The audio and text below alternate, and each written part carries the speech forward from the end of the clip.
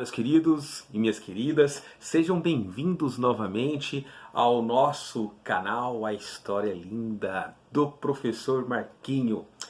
Beleza, pessoal? Novamente a nossa sessão Café com Marquinho, né? O assunto de hoje bem interessante, bem legal, ainda dentro da história do Brasil, Brasil colonial, né? O assunto de hoje é a ocupação do interior do Brasil. Né?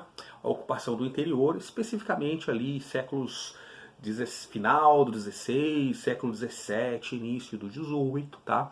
E ocupação vinculada à pecuária, certo? Então, a assunto da aula de hoje é a ocupação do interior do Brasil colonial, pecuária. Tranquilo, galera? Belezinha? Vamos lá! E falando de pecuária, é importante destacar duas regiões que merecem bastante atenção. A primeira é o Nordeste. E a pecuária bovina no Nordeste, ela se divide basicamente em três grandes fases, podemos assim dizer. A primeira fase, ela é relativamente curta, ela é no século XVI, ela está vinculada diretamente à produção de cana-de-açúcar, aos engenhos de açúcar. Quando você tinha a produção de açúcar, vamos lembrar direitinho, a produção de açúcar, então o engenho, a principal maneira, a principal forma de se levar, né, o transportar a cana do canavial, a cana que se colhia até o engenho, era exatamente o carro de boi. Então você tem a necessidade de usar. E muitos engenhos também, na parte da moenda, né, na moagem da cana, também usavam os bois ali para moer a cana. Né? Então os bois, sem contar para o próprio consumo, né? O consumo da carne, o couro, peles e assim vai. Tá? Então a pecuária ela tem um papel necessário, mas é uma atividade, como se vê claramente, secundária. Então a atividade principal é a produção de cana, né? A produção de cana e a pecuária é uma atividade adjacente, interligada. Então nessa primeira fase, a criação de gado está dentro do próprio engenho, tá, gente? É ligada ao próprio engenho. Ligada não, é dentro do próprio engenho. Essa primeira fase, mais ou menos 1550, o início da produção de açúcar ali e tal, até mais ou menos 1580. E aí vem a segunda fase, né? A segunda fase, ela é bem interessante, ela vai mais ou menos até o período aí das invasões holandesas. Ela pega, é um momento em que você tem, tá, o aumento da produção de açúcar na zona da mata, tá? Então na zona da mata as áreas passam a ser quase que totalmente destinadas para o plantio de açúcar, e aí o rebanho, né, o gado bovino, o gado muar também merece atenção, ele acaba sendo deslocado mais para o interior, região conhecida como o Agreste. Tá? O Agreste, que é, na verdade, uma área de transição entre a zona da mata no litoral, tá? Nordestino, exatamente, a zona da mata, e o sertão nordestino. Então você tem um Agreste, tá? Que é uma área de transição. Então a criação de gado bovino acaba ficando nesses locais. E aí dá um dado curioso, continua sendo atrelado ao engenho. A grande maioria desses rebanhos, né, de gado bovino continuam sendo pertencentes aos senhores de engenho. É claro que já é um momento de transição, tá? Você já passa a ter criadores independentes também de gado que vendem para os engenhos. Ok, pessoal? Tranquilinho? A terceira fase, que é a fase última e a fase que mais nos interessa, é a fase que leva de fato à expansão para o interior. Se na segunda você tem uma expansão de ocupação para o Agreste, né, que é uma área bem reduzida, né, não é um grande território. A terceira, ela vai para o sertão mesmo, mais para o interiorzão, né, ao longo de dois grandes rios, né? O principal deles, o Rio São Francisco, tá? Então os criadores de gado vão subindo o São Francisco, tá? Subindo o São Francisco, o Vale do São Francisco, vão surgir inclusive pequenos povoados, pequenas cidades ali, vilas, né? Ao longo dessa região. E também o Rio Parnaíba, tá? Aquele rio que divide, por exemplo, hoje os atuais estados do Piauí e do Maranhão. Então você tem também ao longo do Rio Parnaíba, tá, uma criação de gado importante. Inúmeras cidades vão surgir também nesse contexto, vilas e povoados, há uma ocupação do interior. E aí um dado bem interessante, né? Essa pecuária ao longo do São Francisco, então os caras vão desbravando o interior da Bahia, né, até chegar a Minas Gerais, né, até o norte de Minas. Inicialmente continua atrelado mais à produção de açúcar, não mais pertencendo aos senhores de açúcar, aos senhores de engenho do litoral, mas você continua tendo uma produção voltada para aquela região.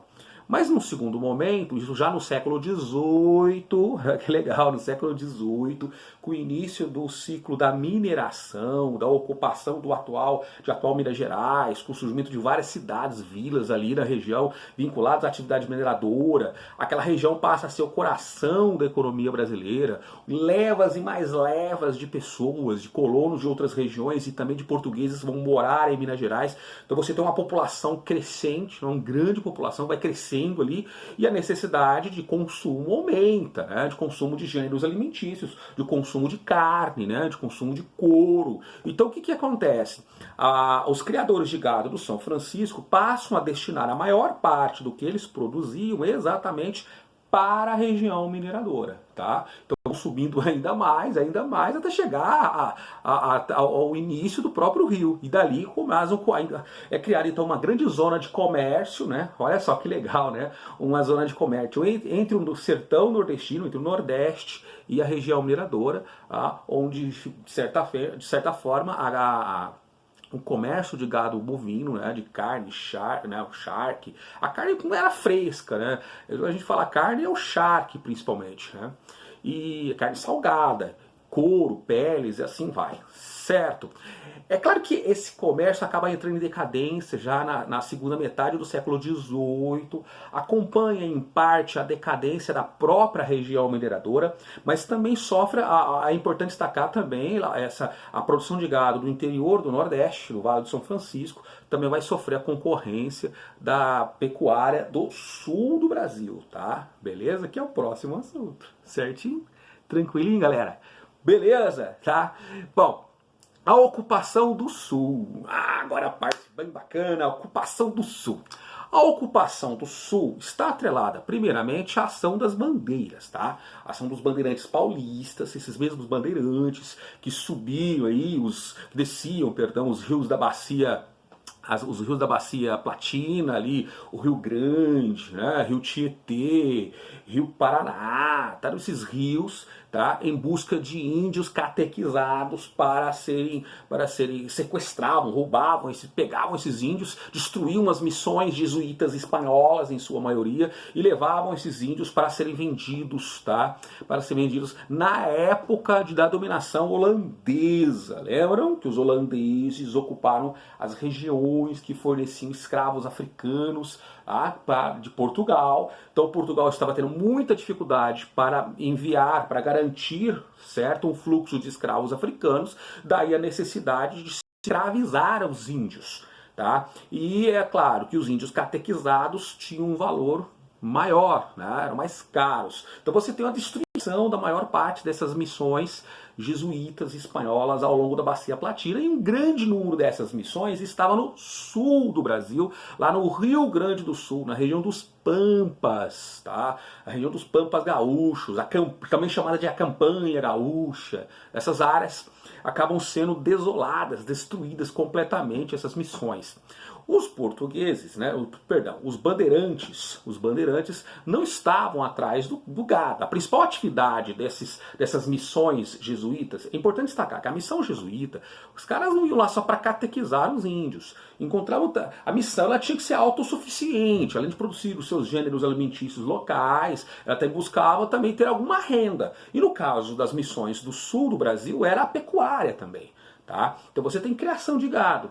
Então o que acontece? Os paulistas estavam de olho no quê? Nos índios e não nos bois. Tá? Então as missões sendo destruídas, boa parte desses bois livres, leves e soltos, espalhados por uma vasta região dos Pampas. Imagina uma área de campo, de mato à vontade, praticamente sem predadores naturais. Então você tem esses bois, acabam se ampliando ali, vão se crescendo, um grande número e tal. Aí o que acontece? É importante destacar. Com a crise das bandeiras de caça ao índio. Então os paulistas, aqueles que viviam na capitania de São Paulo, buscam outras alternativas. Lembrando que São Paulo é uma capitania secundária. E uma alternativa ilegal acaba sendo encontrada era exatamente explorar o quê? Esses bois que se espalham pelo sul. Então muitos paulistas vão em direção ao sul, em busca desse gado. Olha que legal.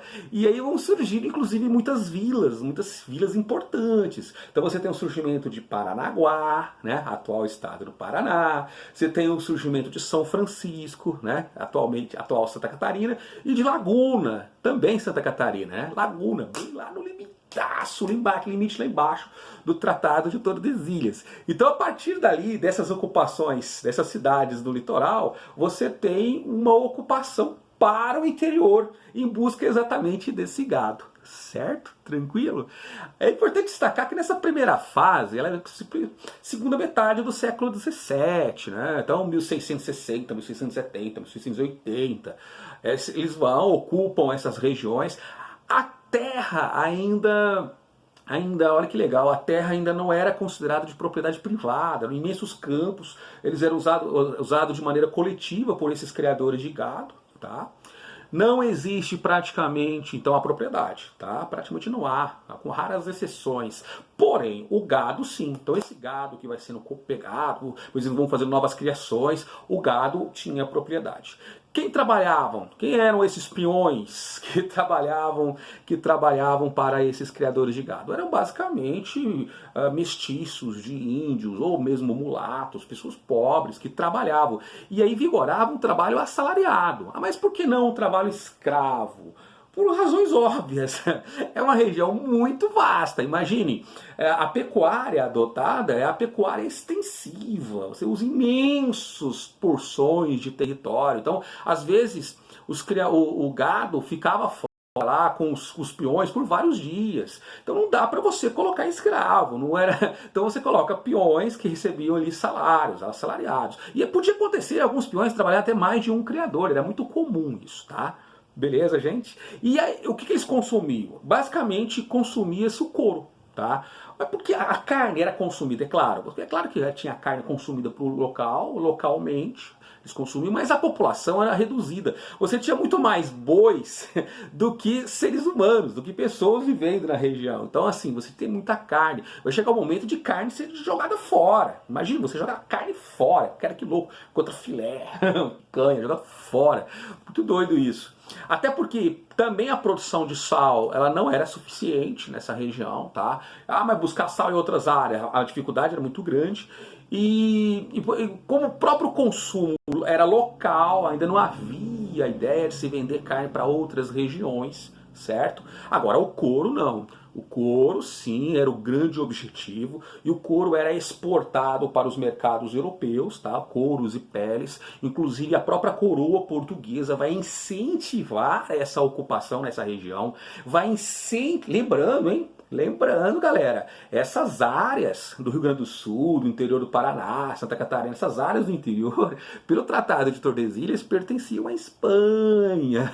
Então Portugal incentiva a ocupação dessas áreas em busca, o que, gente? De uma nova alternativa econômica, né, viável para o Brasil, visto que o açúcar estava num momento muito ruim após a expulsão dos holandeses, tá?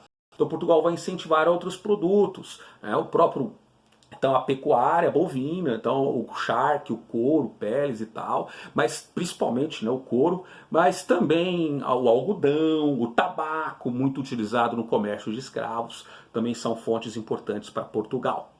Beleza, gente? Então essa é a primeira fase. Na segunda fase, né, já no século XVIII, né, 1710, 1720, há uma completa transformação na pecuária do sul, tá? Completa transformação. Que transformação foi essa?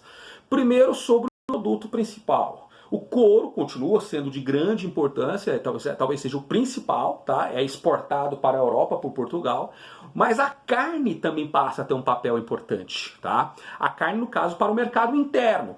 qual mercado especificamente? O de Minas Gerais. Então a região mineradora, a ocupação de Minas Gerais. Então você tem uma população crescendo, tá? Um grande mercado surgindo ali. Então e aí faltava comida, então faltavam alimentos, faltava couro e tal. Então o que acontece? O sul do Brasil agora passa a destinar parte de sua, ou boa parte de sua produção de carne, no caso charque, tá? Charque, mas também gado vivo. Ah, mas não tinha frigoríficos na época. Calma, não é bem isso. Vou explicar. Então você tem a carne, então surgem, por exemplo, as charqueadas. É claro que isso contribui para o surgimento das charqueadas, tá? As charqueadas contribui à produção de sal no sul, lá no Rio Grande do Sul, ao longo do Rio Pelotas, principalmente. Então você começa a produzir sal, você começa a ter sal nessas regiões e aí surgem essas charqueadas ao longo do Rio Grande do Sul. Charqueadas que usavam trabalho escravo africano, importante destacar isso, tá?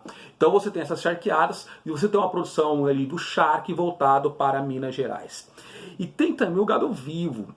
E aí a figura do peão era importante. Então esses peões levavam esse gado lá do Rio Grande do Sul, paravam, havia uma parada obrigatória praticamente ali em Sorocaba, né? Na feira de Sorocaba. E lá em Sorocaba, às vezes, esse gado ficava dois, 3 meses numa engorda, então ele engordava, e depois ele ia novamente em direção a Minas Gerais, tá? Então, legal. Então aí é criada uma rota de comércio importante, né? Uma rota entre o sul, entre o Rio Grande do Sul e Minas Gerais, passando necessariamente por São Paulo.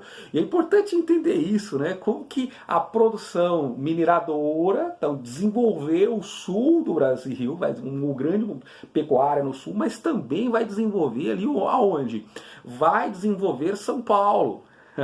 Então, São Paulo vai ter um up, uma grande expansão econômica no século XVIII, devido à produção de gêneros alimentícios para a região mineradora, tá? Beleza? Mas também por integrar, essa rota importante de comércio entre o sul do Brasil e Minas Gerais. Ok, galera? E mudanças importantes, tá? Em relação à terra, né? Se no primeiro momento a terra era praticamente coletiva, agora muda de figura, tá? Nós temos agora, no século XVIII, muitos desses grandes proprietários, dos indivíduos, vão se apossar de imensas propriedades de terra no sul do Brasil. Esses latifúndios voltados para a pecuária extensiva eram chamados de estância.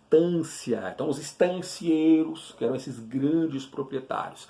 E nessa figura do gaúcho, o gauchismo, gaúcho típico, tá? Vivendo no sul do Brasil, trabalhando na lavoura, trabalhando com a pecuária bovina e tal. Então essa figura. Então, beleza, gente? Tranquilinho? Esses eventos, então essa pecuária, tá, vinculada à atividade mineradora, leva à expansão ainda maior dessa região. Beleza? E assim o Sul é completamente integrado. E lembrando, a maior parte do Sul pertencia à Espanha. Pertencia, né? Pertencia, tá lá? Beleza, galera? Esse é assunto para a próxima aula, formação das fronteiras. Beleza, galera? Pessoal, muito obrigado pela atenção de vocês, meus queridos, e até a próxima aula. Um grande beijo para todos vocês.